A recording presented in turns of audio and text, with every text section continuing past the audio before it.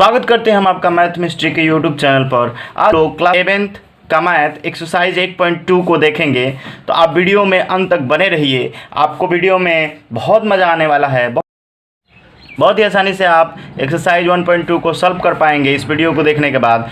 तो आइए हम वीडियो को शुरू करते हैं।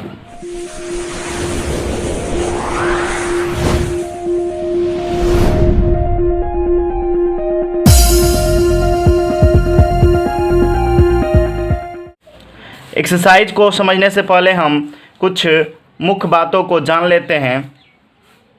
सबसे पहले है रिक्त समुच्चय। रिक्त समुच्चय क्या होता है? तो एक समुच्चय जिसमें एक भी अवयव नहीं होता है रिक्त समुच्चय या शून्य समुच्चय कहलाता है। रिक्त समुच्चय हम उसे कहते हैं, वह समुच्चय जिसमें एक भी अवयव नहीं होता है उसे हम रिक्त समुच्चय कहते हैं। इस उदाहरण को ध्यानपूर्वक देखिए। यहाँ पर दिया गया है कि x such that x square equal to 4, x विषम है। क्या 4 कभी विषम हो सकता है? नहीं हो सकता है।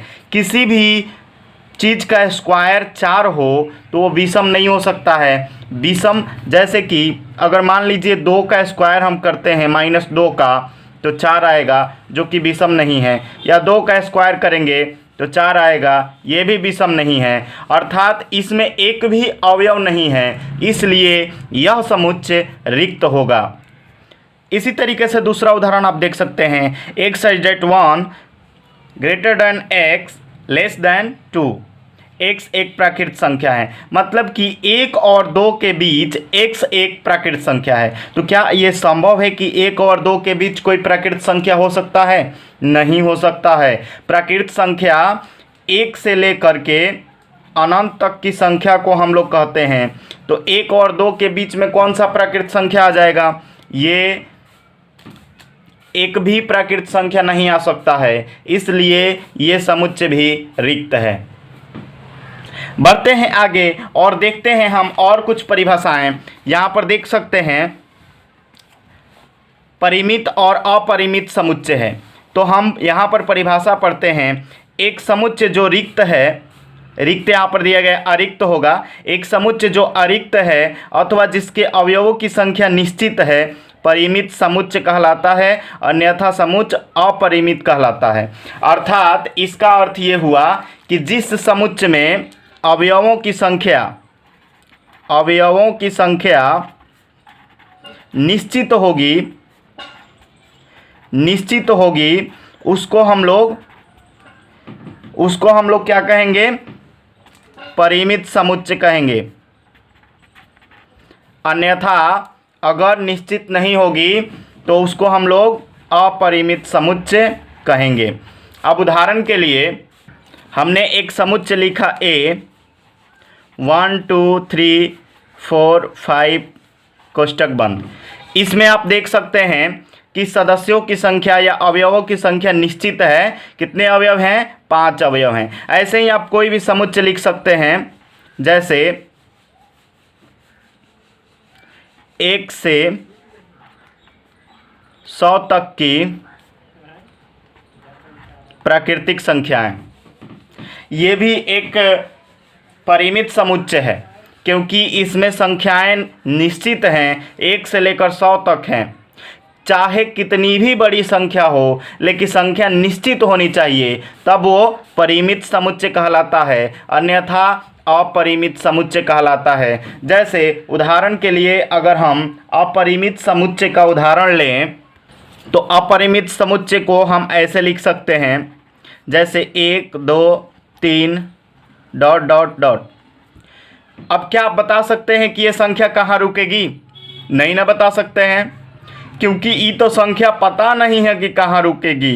करोड़ों में जाकर ख़त्म होगी कि अरबों में जाके ख़त्म होगी। इसलिए ये समुच्चय जो है अपरिमित है, क्योंकि हमें पता नहीं है कि इसमें कितने सदस्य होंगे। अपरिमित समुच्चय में अक्सर ... लगे होते हैं, और ये ... कहाँ लगे रहेंगे? पीछे। तो आप पता कर लेंगे कि ये अपरिमित समुच्चय है। अगर बीच में लगे हुए हैं ऐसे तो परिमित समुच्चय होगा। अब कुछ और उदाहरणों पर मैं चर्चा कर लूँ। आपसे पूछा जाएगा कि पृथ्वी पर उपस्थित सभी जानवरों का समुच्चय, सभी मनुष्यों का समुच्चय, सभी महिलाओं का समुच्चय, ऐसे क्वेश्चन पूछे जाएंगे तो हमेशा परिमित होंगे।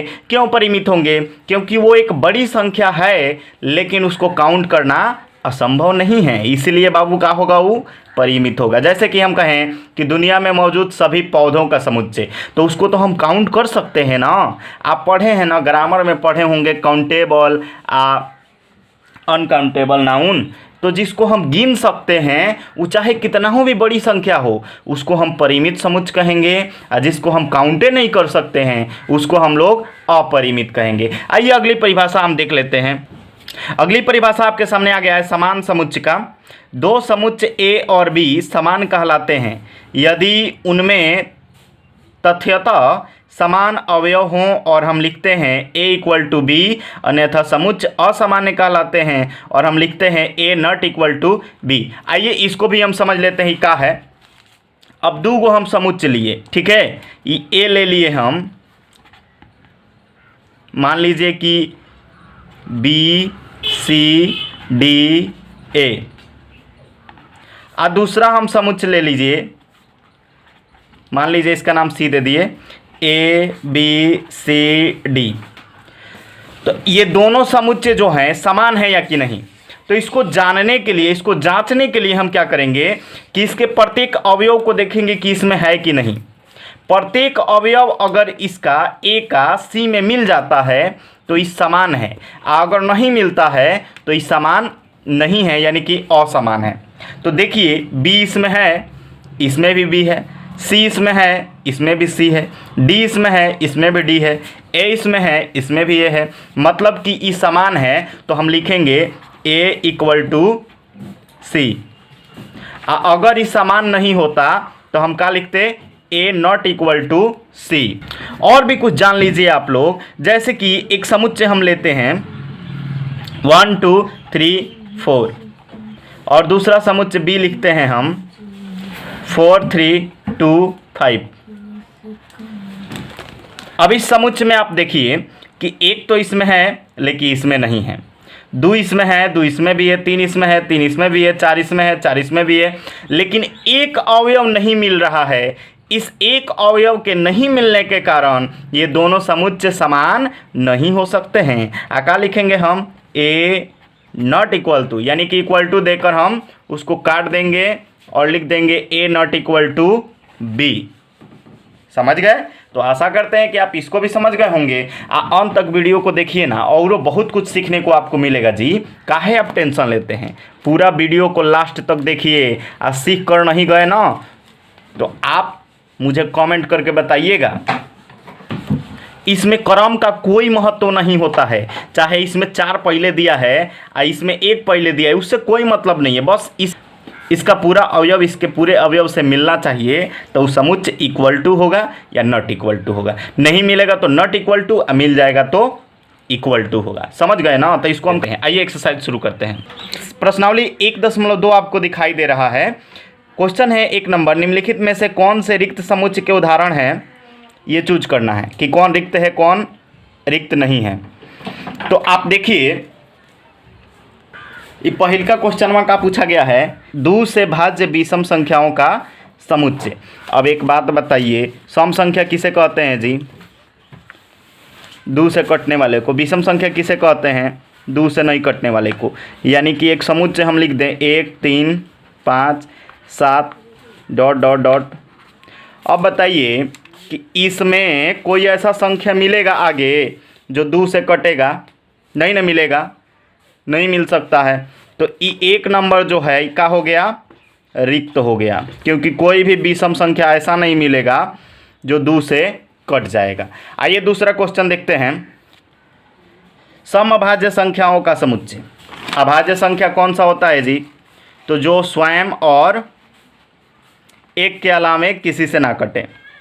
जैसे कि हम उदाहरण लिखें तो बी नंबर 2 आ गया, 3 आ गया, 5 आ गया,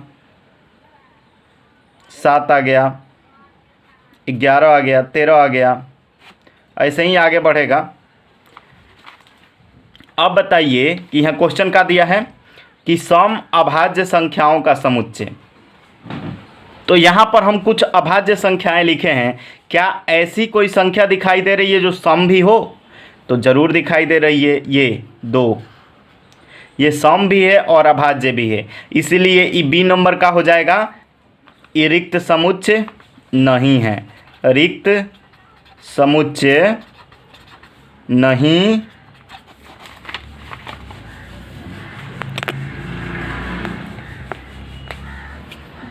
रिक्त समुच्चय नहीं है। ठीक है, ये रिक्त समुच्चय नहीं है। अगला नंबर आइए देखते हैं। दिया गया है तीसरा number, x such that x एक प्राकृत संख्या है, x छोटा है 5 से और साथ ही x बड़ा है 7 से। क्या ऐसी कोई संख्या हो सकती है जो 5 से छोटी हो और 7 से बड़ी हो? नहीं ना हो सकती है। यानी कि एक संख्या देखिए यहाँ पर दिया गया है, तीसरा नंबर में दिया गया है कि एक x जो संख्या है ये क्या है, तो ये 7 से तो बड़ी है लेकिन 5 से छोटी है। ऐसे ही दिया गया, देखिए यहाँ पर कि 5 से छोटी है और 7 से बड़ी है, यानी कि कुछ इस तरह की है। तो कोई ऐसी संख्या हो सकती है जो 5 से छोटी हो और 7 से बड़ी हो। 5 से छोटी संख्या 1 2 3 4 होगी और 7 से बड़ी 8 9 10 12 13 15 आगे जितना हो सकता है। तो ऐसी कोई संख्या नहीं हो सकती है, इसलिए ये समुच्चय क्या है?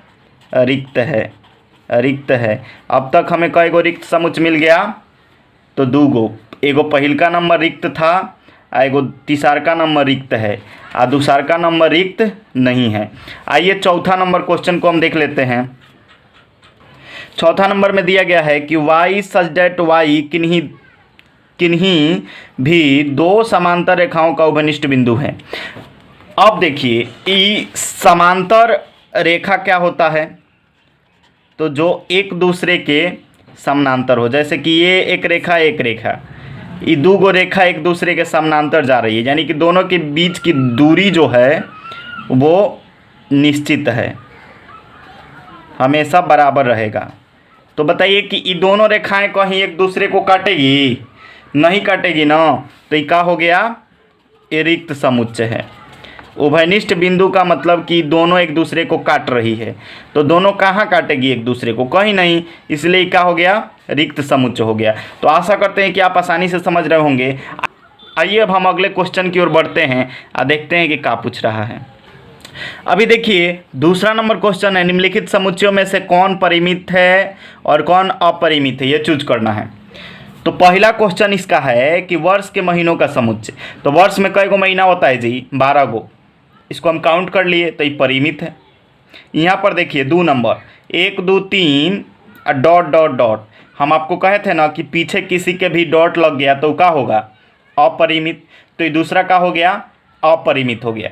तीसरा नंबर देखिए 1 2 3 डॉट डॉट 99 100, ये निश्चित है ना कि 1 से 100 तक संख्या है। हम आपसे ये बताए थे पहले ही कि अगर बीच में डॉट लगा है तो इसका मतलब कि वो परिमित है। तो ये तीसरा नंबर परिमित हो गया। चौथा नंबर देखिए 100 से बड़े धन पूर्णांकों का समुच्चय। अब 100 से बड़ा धन पूर्णांक लिखना है 101 102, तो हम कहाँ तक लिखेंगे? कोई लिमिटेशन दिया है? नहीं ना। तो ये क्या होगा? अपरिमित समुच्चय। पांचवा नंबर देखिए 99 से छोटे अभाज्य पूर्णांकों का समुच्चय, यानी लिमिटेशन दे दिया कि 99 से छोटा ही होगा। क्या होगा? अभाज्य। तो ये तो निश्चित है, निश्चित हम लिख करके निकाल सकते हैं कि कई गो अभाज्य संख्या आ रहा है 99 से कम। तो ये हो गया परिमित समुच्चय। आइए इसका स्क्रीनशॉट ले लीजिए, हम आंसर लिख रहे हैं। तो यहाँ आंसर आपको दिख रहा है कि 2 का 1 परिमित है, 2 का 2 नंबर अपरिमित, 3 नंबर परिमित, 4 नंबर अपरिमित और 5 नंबर परिमित। तो इसको जल्दी से स्क्रीनशॉट ले लीजिए और आप लोग तो इसको आसानी से बना सकते हैं, कोई बड़ी चीज़ नहीं है। फिर भी आप स्क्रीनशॉट ले लीजिए, अगर कहीं पे भूलेंगे आप तो आसानी से देख लेंगे। चलिए अब अगला नंबर तीसरा नंबर क्वेश्चन हल करते हैं। तीसरा नंबर में निम्नलिखित समुच्चय में से प्रत्येक के लिए बताइए कि कौन परिमित है और कौन अपरिमित है। ये सेम टू सेम है, बस ऊपर वाले में रोस्टर रूप में दिया था, यहाँ पर समुच्चय निर्माण रूप में दिया है। तो आइए पहला क्वेश्चन देखते हैं।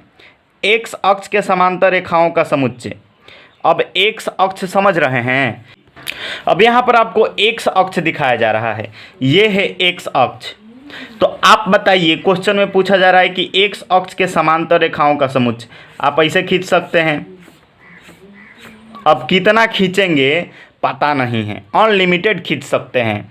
तो ये क्या हो जाएगा, अपरिमित समुच्चय। यानी कि एक्स अक्ष के समानांतर अनगिनत रेखाएं खींची जा सकती है, इसलिए ये क्या हो गया, अपरिमित समुच्चय।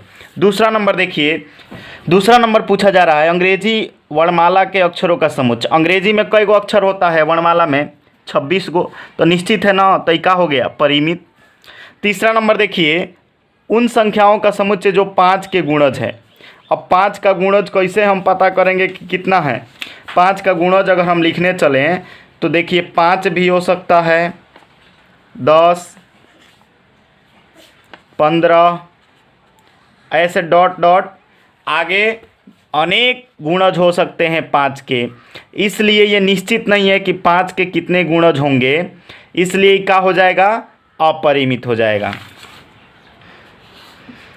चौथा नंबर, पृथ्वी पर रहने वाले जानवरों का समुच्चय।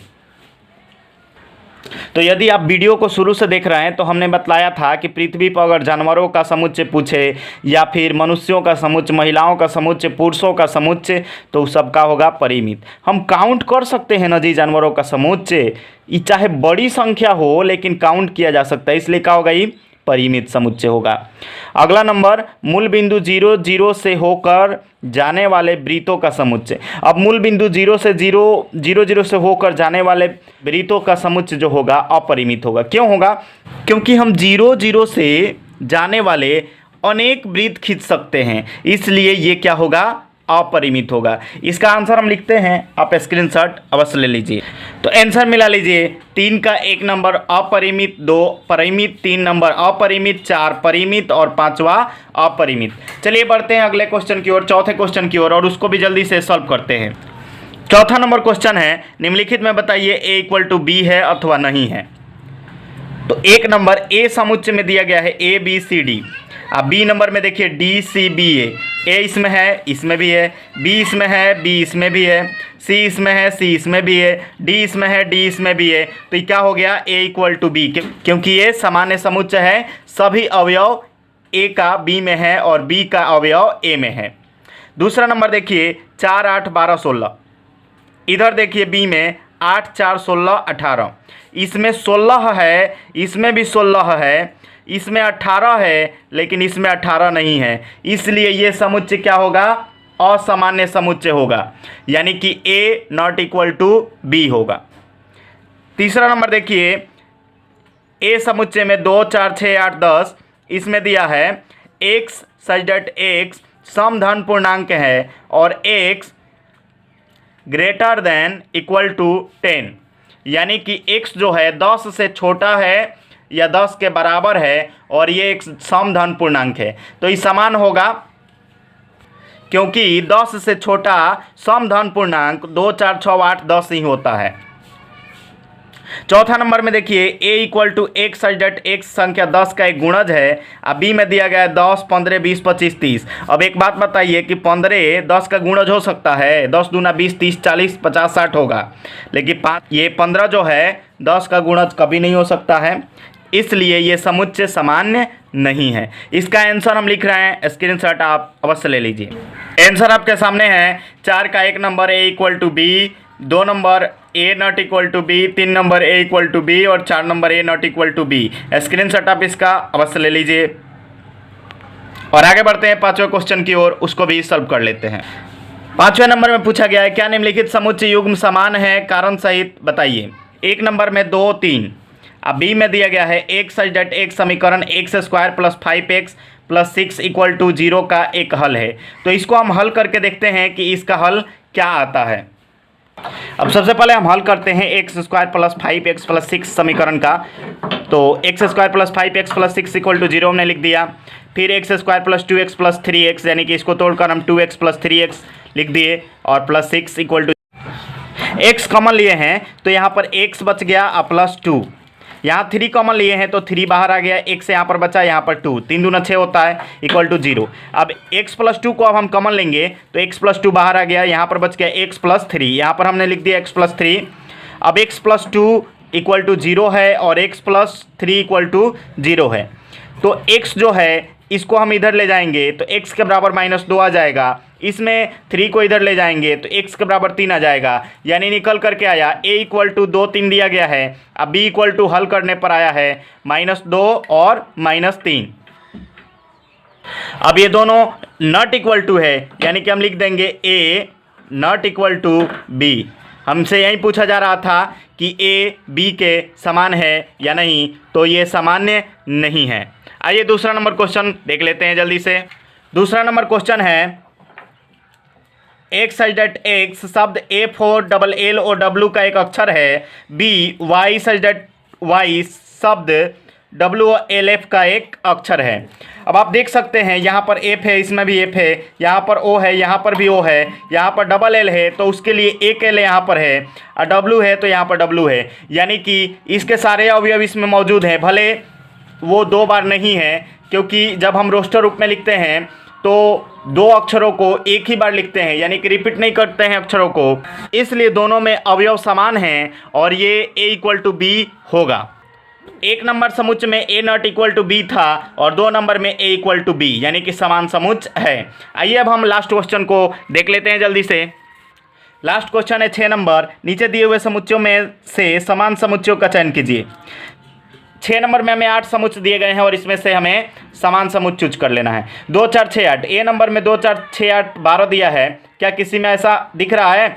नहीं, इसमें है 2, इसमें 4 से शुरू है तो ये भी नहीं है। बी नंबर का देखिए 1 2 3 4 दिया है, कहीं 1 2 3 4 दिखाई दे रहा है, तो डी नंबर में देखिए 3 1 4 2, यानी कि 1 भी है, 2 भी है, 3 भी है, 4 भी है।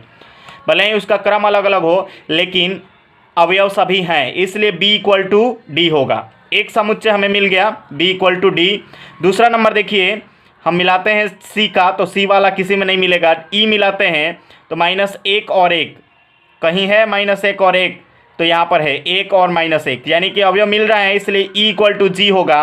f नंबर में देख लीजिए g और a दिया गया है, ऐसा किसी में नहीं है। यहाँ पर s नंबर में दिया गया है 0 और 1, इसलिए यहाँ पर समुच्चय निकल करके आया कि b बराबर d के है और E बराबर G के है, बाकी कोई समान समुच्चय नहीं है। तो आंसर देख लीजिए और स्क्रीनशॉट ले लीजिए। यहाँ पर आंसर आपको दिख रहा होगा कि B D के समान है और E G के समान है, और बाकी कोई भी समुच्चय एक दूसरे के समान नहीं है। तो आज के लिए इतना ही। वीडियो अगर अच्छा लगा है तो लाइक कीजिए और खूब दबाकर शेयर कीजिए, और कमेंट करना ना भूलिए। जो भी आपको समस्या हो तो कमेंट करके आप मुझे अवश्य बताइए, और मैथ मिस्ट्री को सब्सक्राइब कीजिए और अपने दोस्तों में शेयर कीजिए और सब्सक्राइब कराइए। आज के लिए इतना ही। जय हिंद, जय भारत।